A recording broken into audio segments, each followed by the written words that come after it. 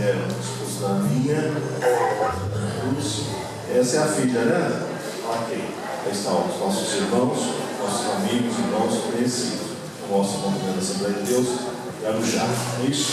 Glórias a Deus. Deus abençoe ricamente. Também conosco o nosso irmão evangelista Otacílio, da Assembleia de Deus do Brás. Aí estão os nossos irmãos. Também o pastor Raimundo, que é da nossa subcongregação. Está aqui. Glórias a Deus. Vamos receber esses irmãos com bem-vindo bem caloroso, irmãos? Seja bem-vindo em nome de Jesus. Conosco também, que é o preletor desta noite, e nós estamos felizes em poder recebê-lo mais uma vez aqui em nossa casa, a casa onde adoramos o Senhor, o pastor Elias Soares de Moraes. Nosso irmão é um servo de Deus e hoje ele está conosco aqui para ministrar a palavra de Deus. E nós estamos felizes em poder recebê-lo. Aqui está. Meu amigo, meu irmão em Cristo, né, está aqui. Vamos receber o pastor Elias com um bem-vindo bem caloroso, irmãos. Seja bem-vindo em nome de Jesus. Ele é da Assembleia de Deus, do Ministério do Ipiranga. Glórias a Deus. Glórias a Deus. Tem mais alguém que está cooperando conosco? Passou aqui e não tem o seu nome.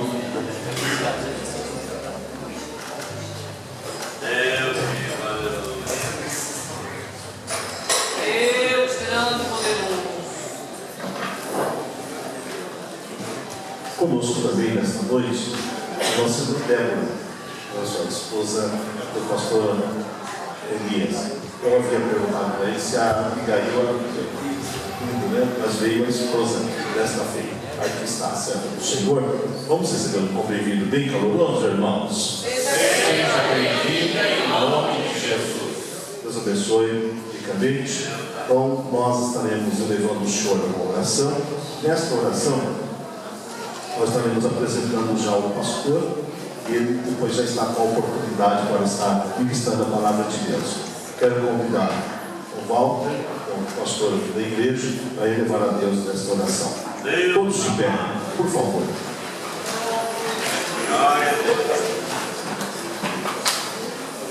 Glória a Deus.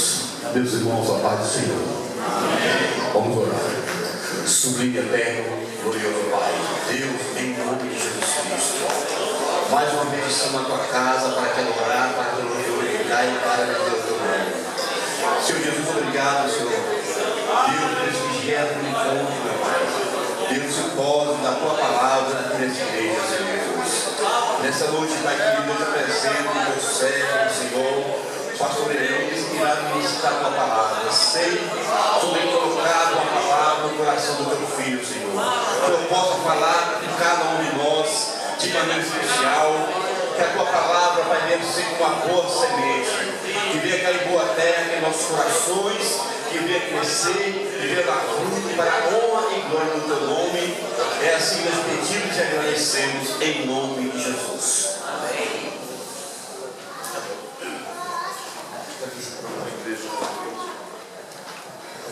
Com a igreja com o pastor Elias.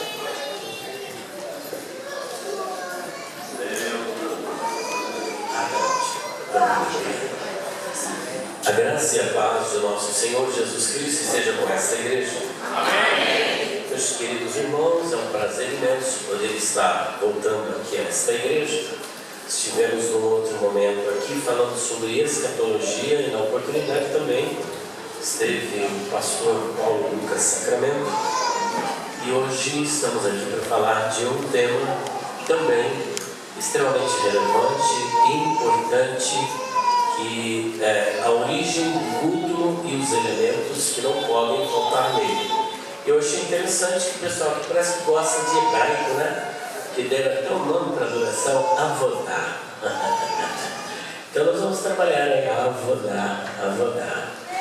Meus queridos, sem perca de tempo, eu quero convidá-los a fazer a leitura de um texto diferente, sem sair do tema, porém estaremos lendo o Evangelho do Senhor Jesus, segundo escreveu João, capítulo 4, do versículo 20 até o versículo 24.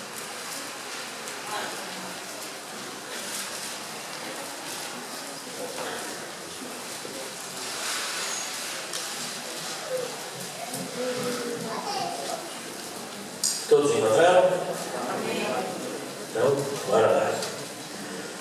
Nossos pais adoraram neste monte, e vós dizeis que é em Jerusalém o lugar onde se deve adorar. Disse-lhe Jesus: mulher, crê-me que a hora vem em que nem neste monte, nem em Jerusalém adorareis o Pai. Vós adorais o que não sabeis, nós adoramos o que sabemos, porque a salvação vem dos judeus. Mas a hora vem, e agora é, em que os verdadeiros adoradores adorarão o Pai em espírito e em verdade, porque o Pai procura tais que assim o adorem. Deus é espírito, importa que os que o adorem em espírito e em verdade. Senhor nosso Deus e nosso Pai que está no céu, mais uma vez, Pai querido, queremos te adorar, glorificar e bendizer por esta oportunidade singular de estarmos aqui na tua casa para te adorar, te glorificar, te exaltar e bendizer. Enche o nosso coração de gozo, de alegria e de paz. Capacita-nos, ó Pai, com o poder do teu Santo Espírito. Vem quebrantar o meu coração, purificando-me de tudo que não te agrada, enchendo-me com a tua glória. Eu te louvo, Senhor, por estar aqui diante do teu povo, do teu rebanho, das tuas ovelhas, que vieram aqui para ouvir somente a tua voz. Capacita-me, ó Deus, porque o Senhor me constituiu como canal de expressão da tua vontade. Aquece o meu coração com a presença tua, Pai, para que o coração do teu povo seja aquecido para a glória do teu nome. Amém, Senhor. Podemos assentar. Meus queridos irmãos, eu escolhi esse texto porque ele está inextricavelmente vinculado com o tema que foi proposto, está diretamente ligado com o tema. Jesus, ele saiu da Judéia bem de manhãzinho, e ele estava indo para a Galiléia. E quem saía da Judéia e ia para a Galiléia, ele tinha 3 caminhos alternativos. Primeiro, ele tinha a Estrada do Leste. A Estrada do Leste, também conhecida como a Estrada de Damasco, foi por onde o apóstolo Paulo passou antes de ser convertido, e ali ele teve um encontro com o Senhor Jesus. Essa estrada era uma estrada muito longa. Quem saía pela Estrada do Leste, ele subia pelo deserto arábico, ele cruzava Jericó, subia até em cima na Síria, entrava em Damasco, e ali ele voltava para chegar na Galiléia. Era uma região longa. Mas havia uma outra estrada também, conhecida como a Estrada da Costa. E essa Estrada da Costa, como o próprio nome já diz, ela ficava na região costeira de Israel, ali no mar Mediterrâneo. E ali havia essa Estrada da Costa, que era uma estrada real, e ali próximo ficava, por exemplo, as cidades dos filisteus, que era conhecida também como a Estrada de Gaza. Então havia essa estrada, bem interessante. Só que os judeus, as pessoas evitavam passar por essa estrada, visto que ali também havia muitos salteadores. Há uma terceira opção: quem saindo de Judá iria para a Galiléia, era passar pela Estrada do Centro. Mas passar pela Estrada do Centro, obrigatoriamente tinha que passar por uma região que nenhum judeu gostava de passar, que era Samaria. E por isso no versículo de número 4 desse texto está escrito assim, olha: e era-lhe necessário passar por Samaria. Certa vez eu preguei nesse tema e era-lhe necessário passar por Samaria, destacando pelo menos 10 razões pelas quais Jesus teve que passar por Samaria. Porque existem caminhos que nós não queremos passar, mas nós temos necessidade de passar. Existe a nossa Samaria. E uma das razões que nós apresentamos aqui, porque Jesus tinha que passar por Samaria, era para ensinar o verdadeiro conceito da verdadeira adoração. O conceito da verdadeira adoração. E por isso escolhemos este tema. Existem aqui várias razões pelas quais Jesus deveria passar por Samaria, mas entre elas está justamente essa: ensinar o conceito da verdadeira adoração.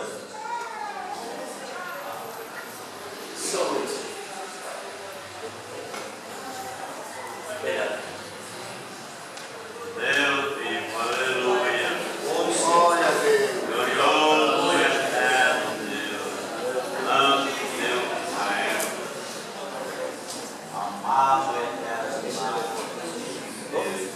Não vai.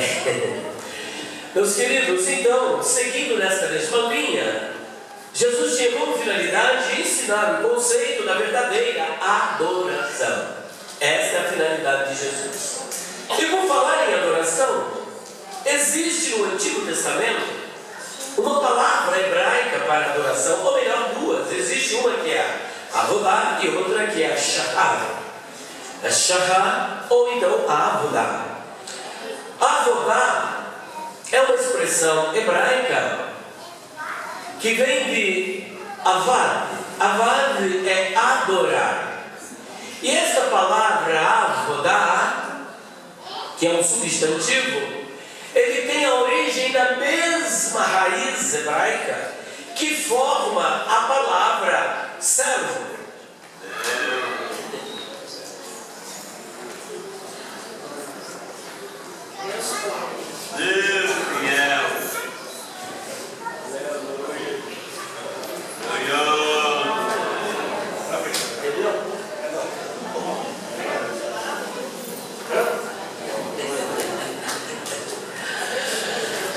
Veja então que o substantivo avodá, ele tem a mesma raiz hebraica da palavra servo em hebraico. A palavra servo é ever, e ever tanto significa servo como significa adorador. Por exemplo, Obadias, Ovadiah, significa servo de Yah ou adorador de Yahvé. Então veja que a avodá tanto fala de serviço quanto fala de adoração. Agora, qual é a origem da adoração? Adorar a Deus, afinal de contas, o que é adorar e qual é a origem desta adoração? Se nós formos buscar a raiz e a histórica da adoração, a Bíblia nos remeterá para o capítulo 4 de Gênesis. Havia uma forma diferente, porque veja que avodá tanto significa adorar como significa serviço, porque todo adorador, ele oferece um serviço, um trabalho, ele tem que executar um serviço para Deus. Por exemplo, lá no capítulo 4 de Gênesis, a partir do versículo de número 4, nós vemos que dois personagens bíblicos destacados, um chamava-se Abel e o outro chamava-se Caim. Ambos foram com seus respectivos sacrifícios. Abel foi como primogênito das suas ovelhas, para que ele pudesse apresentar a Deus o primogênito das suas ovelhas. Isso mostra que ele executava uma atividade pastoril.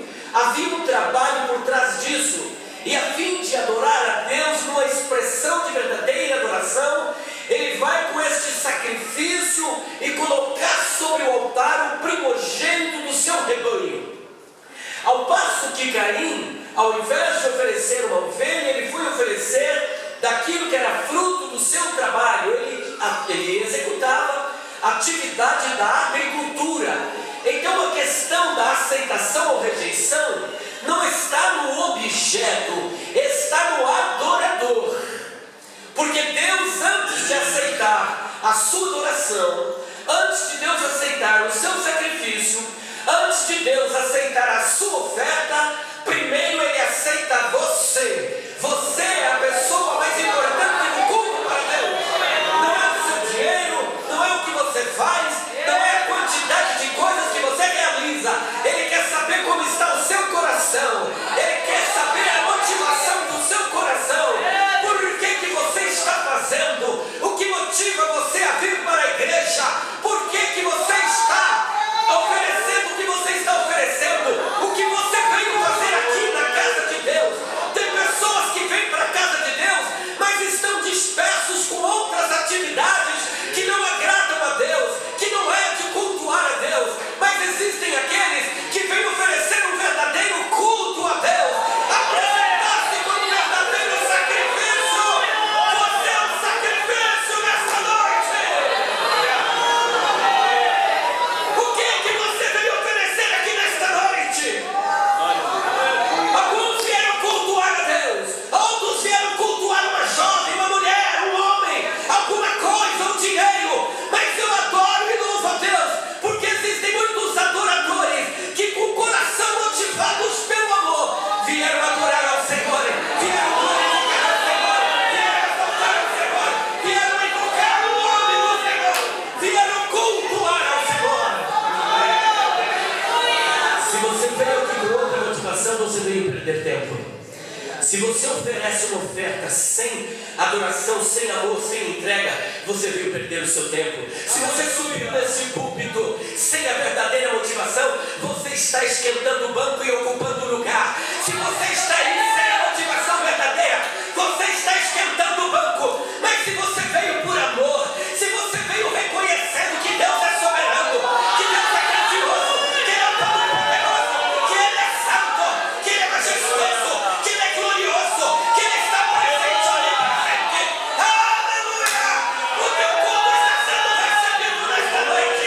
Vamos adorar aqui a Deus nesta noite. Quem vem adorar a Deus, quem vem oferecer um verdadeiro culto a Deus.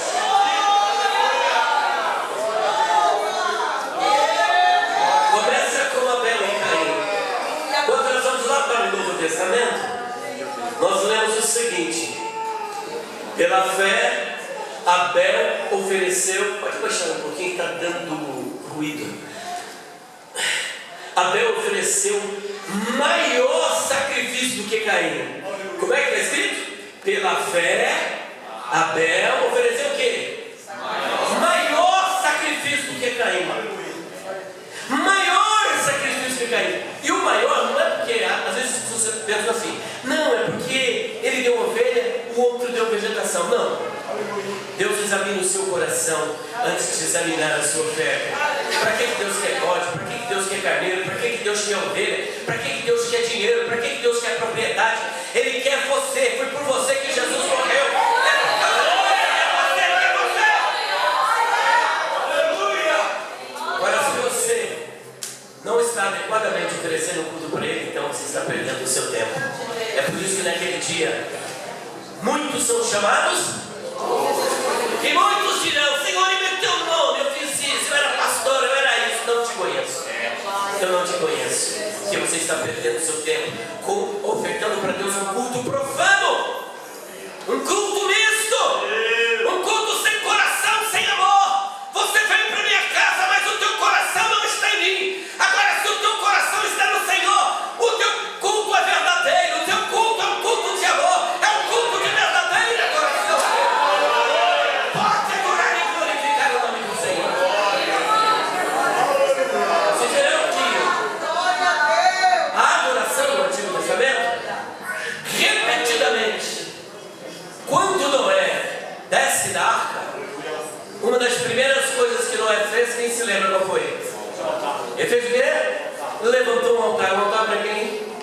Um altar para aquele que o preservou dentro da arca mais de um ano. Um altar para aquele que o salvou das águas do dilúvio. Um altar para aquele que prometeu e cumpriu. Um altar para aquele que ofereceu a oportunidade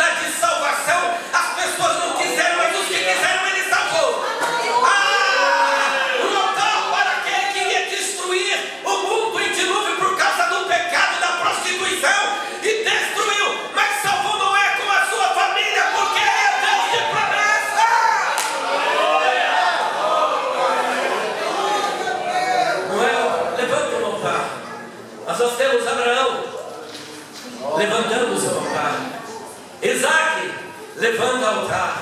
Jacó, levanta o altar. Então a prática de levantar altares era uma prática de adoração. Então a adoração não é coisa nova, ela começa lá no Antigo Testamento. E com quem Abel e Caim aprendeu? Provavelmente com Adão, porque ele tinha constantemente encontros com Deus. E depois mesmo da queda, ele indo para fora do jardim, provavelmente levantou outros altares. Os filhos assimilaram isso, e daí a grandeza do pai ensinar o filho. Tem pai que quer ensinar o filho falando: meu filho, você não pode fumar, meu filho, você não pode beber, meu filho tem que ir para a igreja. Não, mas o filho não vê ele fazendo, não vê ele orando, não vê ele lendo a Bíblia, não vê ele chorando. Pai que não derrama lágrima, pai que não cultua, pai que não lê a Bíblia, como é que você pode espelhar isso na vida do seu filho? Aleluia! Antes de dizer seja você um adorador, o teu filho tem que ver você adorando a Deus, se derramando, se prostrando, com o rosto no pó, se esvaindo em lágrimas e dizendo: Senhor, eu te amo, eu te glorifico, eu te exalto.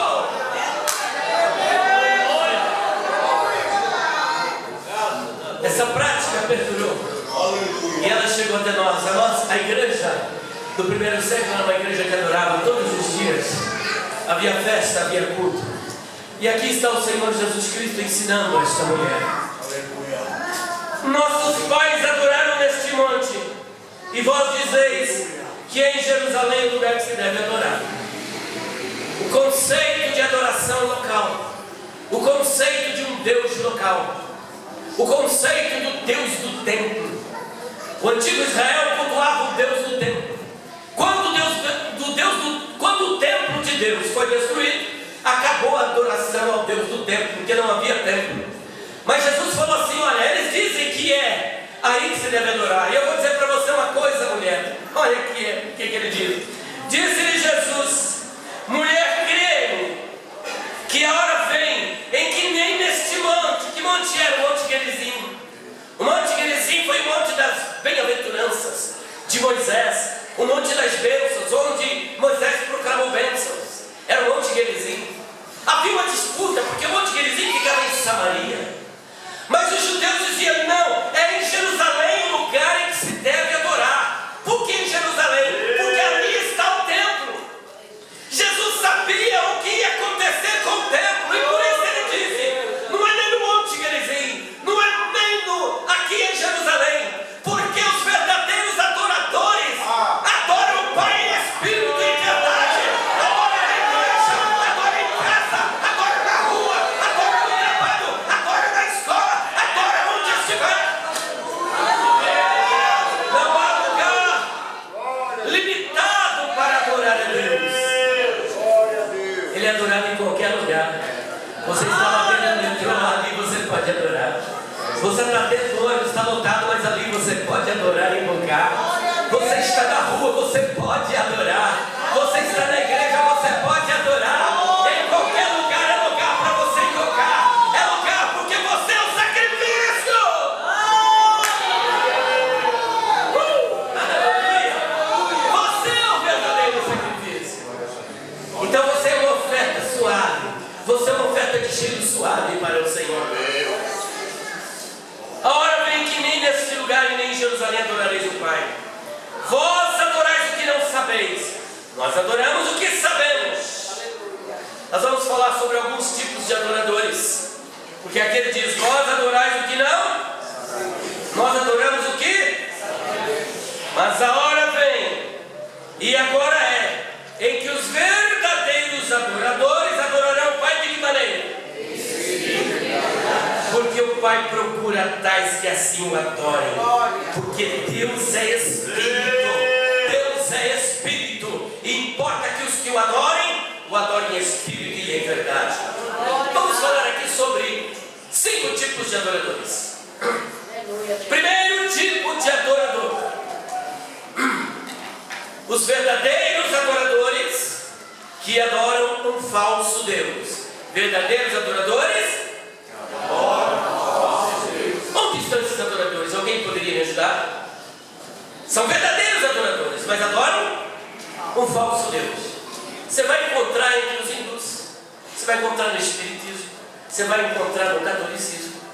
Você acha que as pessoas que saem daqui, vão lá para Aparecida, de joelho, com a cruz nas costas, às vezes sem comer, para pagar uma promessa, eles são falsos adoradores? Não. Às vezes são adoradores mais verdadeiros do que os próprios cristãos.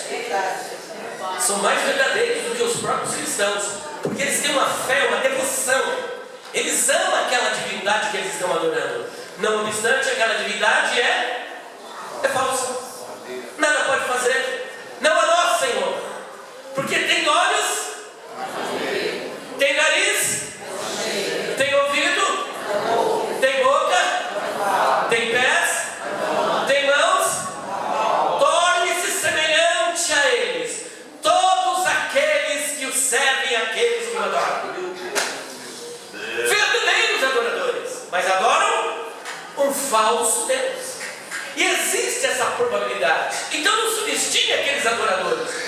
A única coisa diferente deles é que eles estão adorando um Deus que não é verdadeiro, um falso Deus. Segundo tipo de adorador, verdadeiros adoradores adorando um falso Deus verdadeiro. Como é que é?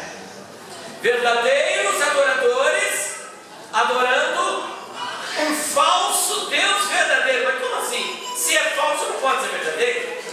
Há uma contradição, um anacronismo nessa sentença. Ou é verdadeiro ou é. Não pode ser falso verdadeiro. Mas eu digo para vocês, verdadeiros adoradores adorando um falso Deus verdadeiro. E vou dar para vocês um exemplo. Jesus morreu e ressuscitou no terceiro dia. Deixe-me dizer-lhes uma coisa: nem os apóstolos e nem os seus mais de 500 discípulos esperavam a sua ressurreição. Os apóstolos não estavam aguardando Jesus ressuscitar. Nem a mãe dele estava aguardando a ressurreição. Nem Maria Madalena, nem Maria, que era tia de Jesus. Vocês sabiam que Jesus tinha uma tia chamada Maria também? Era mulher de Clopas, chamava-se Maria, era tia de Jesus. Nem Susana, nem uma das mulheres que adoravam a Jesus com as suas ofertas, com os seus bens, aguardavam Jesus ressuscitar. E eu vou aqui apresentar o questionamento. Se eles estivessem aguardando a ressurreição de Jesus, por que no primeiro dia da semana aquelas mulheres compraram aromas e foram para o sepulcro para fazer o quê? Ungir Jesus. Para fazer o quê? Ungir. Ele já havia sido preparado por Nicodemos. Não sei se vocês se lembram disso. Assim que Jesus morreu, ele morreu, era cerca das 15 horas do nosso calendário. No calendário judaico era a 9ª hora, que para nós significa 3 horas da tarde. Para que tudo se cumprisse, Jesus tinha que ser sepultado até a 10ª hora, que no nosso calendário representa 6 horas da tarde. Quantas horas tinha então para tirar Jesus da cruz e sepultado? 3 horas. Veja que José de Arimateia, que era um senador honrado, ele vai até Pilatos, reivindica o corpo de Jesus, porque ele já estava morto, e Pilatos ficou assustado, porque um condenado na cruz levava de 3 a 9 dias para morrer. Quantos dias? De 3 a 9. Quantas horas levou para Jesus morrer? Ele foi crucificado às 9 da manhã e morreu às 3 da tarde. Quantas horas? 6 horas. Pilatos ficou assustado. Visto que ele ficou assustado, porque esse não era o costume, ele manda então um centurião, os soldados, com bastão, para quebrar as pernas dos condenados, porque foi pedido dos judeus. Olha, ele disse que no terceiro dia ele ressuscitaria. Portanto, queremos então que vocês coloquem uma guarda romana ali. E aí Pilatos manda então quebrar as pernas dos crucificados. Quando ele vai para quebrar as pernas dos crucificados, quebra a perna de um, do primeiro, e quebra a perna do terceiro. Mas chegando em Jesus, ele já estava morto. Então foi colocada uma lança para que o perfurasse. Porque se porventura ele tivesse fingido de morto, com essa lança no coração, ele teria morrido. Mas Jesus estava literalmente morto. E vocês sabem por que ele morreu tão rápido? Para se cumprir a palavra, nenhum dos seus ossos será quebrado. Porque se ele está vivo, o bastão ia estralar das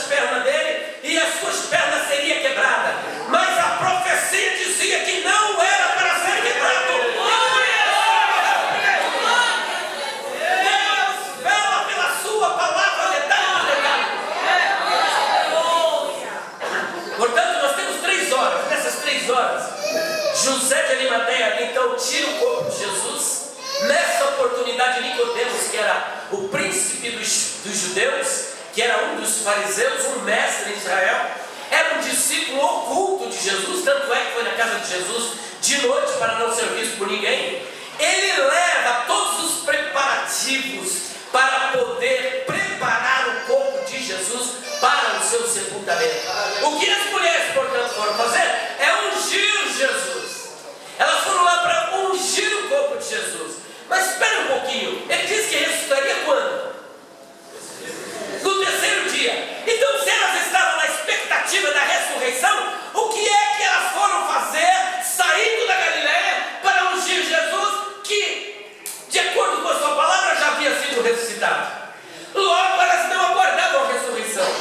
Os discípulos também não, porque quando elas disseram que Jesus ressuscitou, João e Pedro foram lá correndo para ver. João chegou primeiro, viu, Pedro depois foi, viu, só que João observou uma coisa, que o lençol estava no chão. Só que Pedro foi mais cuidadoso, ele viu não somente os lençóis, mas ele viu também que o lenço, que é chamado de santo sudário, que envolvia a cabeça de Jesus, estava dobrado à parte, no lugar à parte. E ele volta e diz para João, João confere, e a partir daquele momento ele crê. Então perceba que ele também não aguardava a ressurreição. Ninguém estava esperando a ressurreição de Jesus. Estas mulheres então foram lá para ungir Jesus. O que elas foram fazer? Ungir Jesus. Prestar o último culto, prestar a última homenagem, prestar o ato de adoração, um serviço para aqueles que durante 3 anos e meio realizou milagres. Curou cegos, curou paralíticos, deu vida aos mortos, salvou vidas, expandiu o reino, abençoou vidas, pregou o evangelho,